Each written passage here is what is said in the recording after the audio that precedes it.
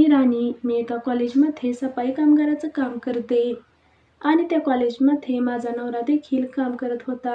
आम्ही दोघेही एकत्र काम करायचो आणि आमचं कुटुंबही खूप सुखी होतं. मला 2 मुली होत्या आणि 1 मुलगा. आम्ही 5 जण घरात असायचो.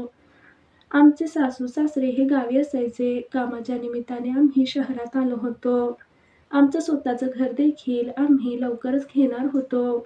परंतु माझा नवरा मात्र माझ्यावरती खूपच प्रेम करायचा आणि माझ्यासाठी तो खूप कष्ट देखील करायचा. हे पाहूनच मी त्याच्यासोबत काम करू लागले होते. आम्ही एकमेकांनी मिळून काम करण्याचा निर्णय घेतला होता. परंतु मी ज्या ठिकाणी काम करायचे त्या ठिकाणी माझ्या नवऱ्याला पाहून मला खूप वाईट वाटायचं.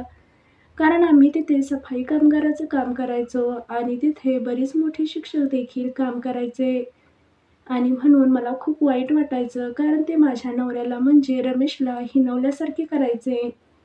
त्याचा मला राग यायचा. किती काही झालं तरी एका बायकोसाठी आपला नवरा हा सर्वात श्रेष्ठ असतो. तोच तिच्यासाठी पूर्ण आयुष्य आणि सर्व जग म्हटलं तरी चालेल. मात्र एके दिवशी जिना साफ करत असताना एका शिक्षकाने मला हळूच हात लावण्याचा प्रयत्न केला. म्हणजे मग माझ्या मागून येऊन माझ्या मागच्या भागावरती हात ठेवण्याचा प्रयत्न केला. मी ओळखलं आणि मी मागे येऊन पाहिलं आणि मी म्हणाले, "सर, हे काय करताय?" तेवढ्यात तो म्हणाला, "चुकून हात लागला, बरं असू द्या" आणि निघून गेला. ही गोष्ट मी माझ्या नवऱ्याला सांगितली.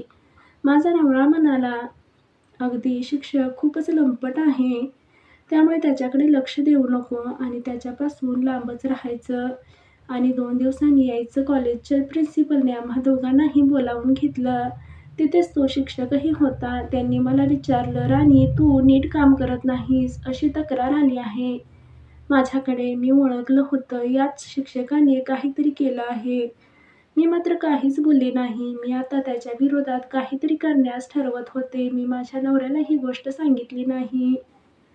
ना काही सांगता कुणालाही बोलात करायचं आहे, ते करण्याचा विचार केला. दुसऱ्या दिवशी मी सहज त्या शिक्षकांना थांबवलं आणि म्हणाले, "सर, मला तुमच्याशी काहीतरी बोलायचं आहे." तेवढ्यात तो म्हणाला, "काय बोलायचं आहे?" तेवढ्यात मी म्हणाले, "दुपारी मला बाथरूमच्या इथे येऊन भेटा." तसं तो माझ्याकडे पाहून हसला आणि निघून गेला.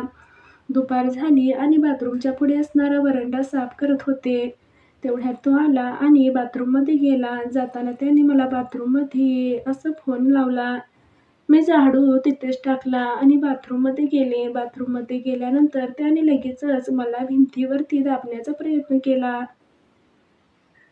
माझ्या मानेवरती चुंबन घेऊ लागला. माझ्या ओठांनाही चावू लागला. मला काही बोलायच्या अगोदरच त्याने माझ्याशी या गोष्टी करायला चालू केल्या होत्या.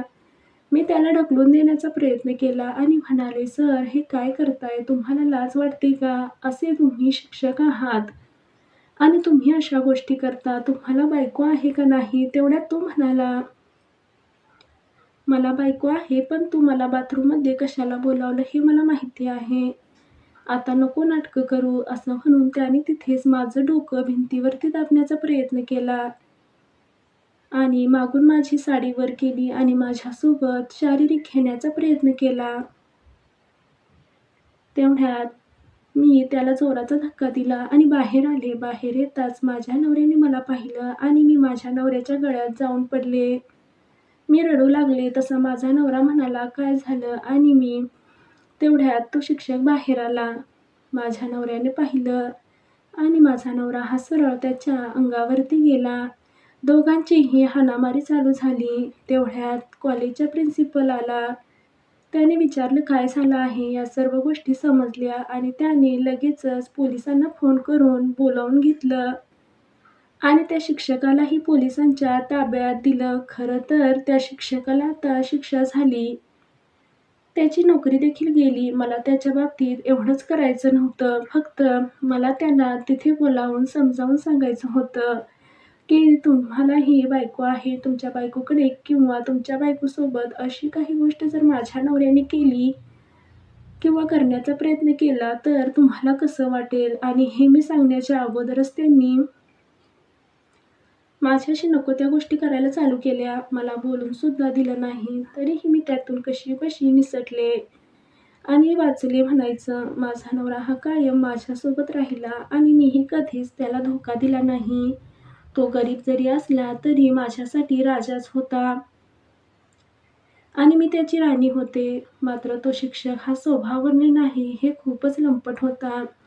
सर्वच असे असतात असे नाही. असे असतात ज्यांना ह्या गोष्टी समजत नाहीत. त्यातच प्रिन्सिपल यांनी सर्वांनीच ही गोष्ट पाहिल्यामुळे त्यांच्यासोबत खूपच वाईट झालं. मलाही वाईट वाटलं की त्यांच्यासोबत खूपच वाईट झालं आहे. परंतु मी तरी काय करणार? त्यांच्या नशिबातच ते होतं.